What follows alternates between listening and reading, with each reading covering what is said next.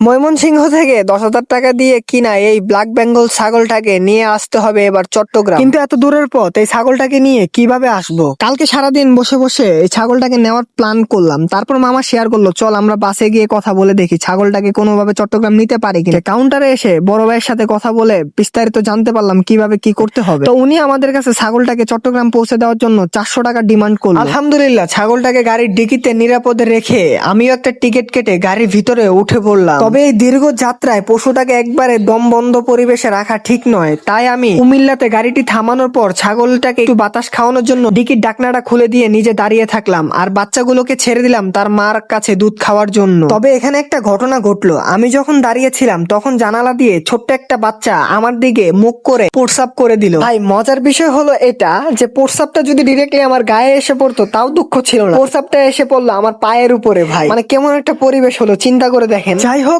অনেক পথ পাড়ি দিয়ে অবশেষে আমরা চট্টগ্রামে এসে পৌঁছে গেলাম। তো আমরা মূলত ঢুকেছিলাম অলংকার হয়ে বাইপাস রোডটা দিয়ে সাগর পাড়ে চলে এসেছি। তো এখানে আসার পর আমার বন্ধুরা আমাকে রিসিভ করার জন্য দাঁড়িয়েছিল। তো এই যে আমার বন্ধুরা আমার কাছে চলে আসলো সরাসরি এসে, একজন নিল ছাগল, একজন নিল আমার ব্যাগ, আর আমি নিজে হাঁটা শুরু করলাম বাসার উদ্দেশ্যে। আর এখানে দেখুন নতুন জায়গায় এসেও ছাগলটা আস্তে আস্তে সবকিছু খানা শুরু করে দিয়েছে। কিন্তু আসল প্রশ্ন হচ্ছে একটাই, 10,000 টাকার ছাগল যাত্রা এবং খরচ সহ সবকিছু মিলিয়ে ছাগলটা 11,000 টাকা গিয়ে দাঁড়িয়েছে। এটা কি এখন লস নাকি লাভ? আপনারা কমেন্ট বক্সে জানিয়ে যাবেন। আমি কিন্তু এখনো এইটাকে লস বলি না, কারণ ভালো জাতের একটি ব্ল্যাক বেঙ্গল ছাগল সঠিকভাবে লালন পালন করতে পারলে ভবিষ্যতে ভালো মানের একটা প্রফিট সুযোগ করে দিতে পারে। আর মজার বিষয় হচ্ছে খামারে আনার পরই আমরা দেখতে পেলাম ছাগলটি ইতিমধ্যে হিটে এসেছে। এখানে এই ছাগলটা সত্যি লাভ দিবে নাকি শেষ পর্যন্ত লস হবে সেটা আমরা আপনাদের পুরো ভিডিওর মাধ্যমে উপস্থাপন করে দেখাবো। তো ভিডিওটা ভালো লাগলে লাইক দিবেন, আর এরকম বাস্তব ছাগল পালনের ভিডিও দেখতে হলে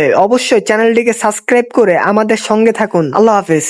আসসালামু আলাইকুম। আপনাদের সবাইকে আমরা বলে থাকি আপনারা ব্ল্যাক বেঙ্গল কিংবা ক্রসব্রিডের ছাগল নিয়ে কাজ করেন, এটা কি জন্য মূলত আপনাদের বলে থাকি দেখেন। আমরা এই ছাগলটাকে কয়দিন আগে আমরা ময়মনসিংহ থেকে কিনেছিলাম, আর এই ছাগলটাকে আমরা চট্টগ্রাম নিয়ে এসেছি কালকে। এই যে ছাগলের বাচ্চা দুটো দেখতে পারতেছেন, এই ছাগলের বাচ্চা দুটো বয়স বেশি হলেও 15 থেকে 20 দিন হবে, তার একটা দিনও বেশি হবে না। আর আমরা মূলত আপনাদেরকে রেকমেন্ড করি যে আপনারা ব্ল্যাক বেঙ্গল নিয়ে কাজ করেন। এই ছাগলটাকে যখন আমরা ময়মনসিংহ থেকে আমাদের চট্টগ্রাম খামারে নিয়ে আসি, আমাদের খামারে আনার পর ছাগলটা একদিন রেস্ট করেছে। আজকে যখন আমি খামারে আসলাম, আসার পরে দেখি ছাগলটা অলরেডি হিটে চলে এসেছে। মানে আপনি চিন্তা করে দেখেন, এই ছাগলটা একটা দিন শুধু রেস্ট করার পরের দিনই ছাগলটা অলরেডি হিটে চলে আসছে। যেহেতু আমাদের খামারে পাঠা আছে সেই জন্য আমাদের খামারে পাঠা দিয়ে ছাগলটাকে বীজ দিয়ে দিলাম। তো এই জন্য মূলত আপনাদের আমরা বলি আপনারা ক্রসব্রিড কিংবা ব্ল্যাক বেঙ্গল নিয়ে কাজ করেন। আর আপনাদের কাছে ছোট ভাই হিসাবে একটা তথ্য চাচ্ছি, এই যে আমার ছাগলের বাচ্চাটা দেখতে পারতেছেন, এটা মূলত কয়েকদিন আগে জন্ম হয়েছে। এই ছাগলটা এত পরিমাণে শুকনা, এই ছাগলটা দুধ পাচ্ছে প্রপার, বাট তারপর এর শরীর কোনোভাবে ডেভেলপ হচ্ছে না। আপনারা যারা অভিজ্ঞ আছেন তারা জানিয়ে যাবেন এই ছাগলের বাচ্চাটাকে কি করলে ছাগলের বাচ্চাটা দ্রুত মোটা তাজা হবে কিংবা শরীর স্বাস্থ্য ফেরত আসবে।